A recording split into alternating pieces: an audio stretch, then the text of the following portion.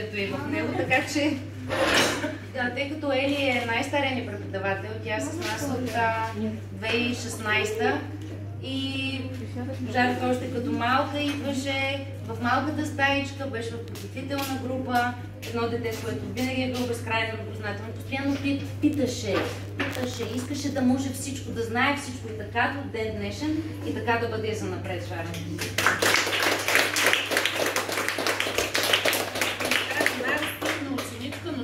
Ученичка, ти си изключително усърдно. Не, дете, ти си усърден човек. Ти си вече като голям човек.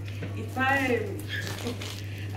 така, имаш грамота за и медал също за от националното финално състезание на СБНУ на Сдружението на българските начални учители. Заповядайте.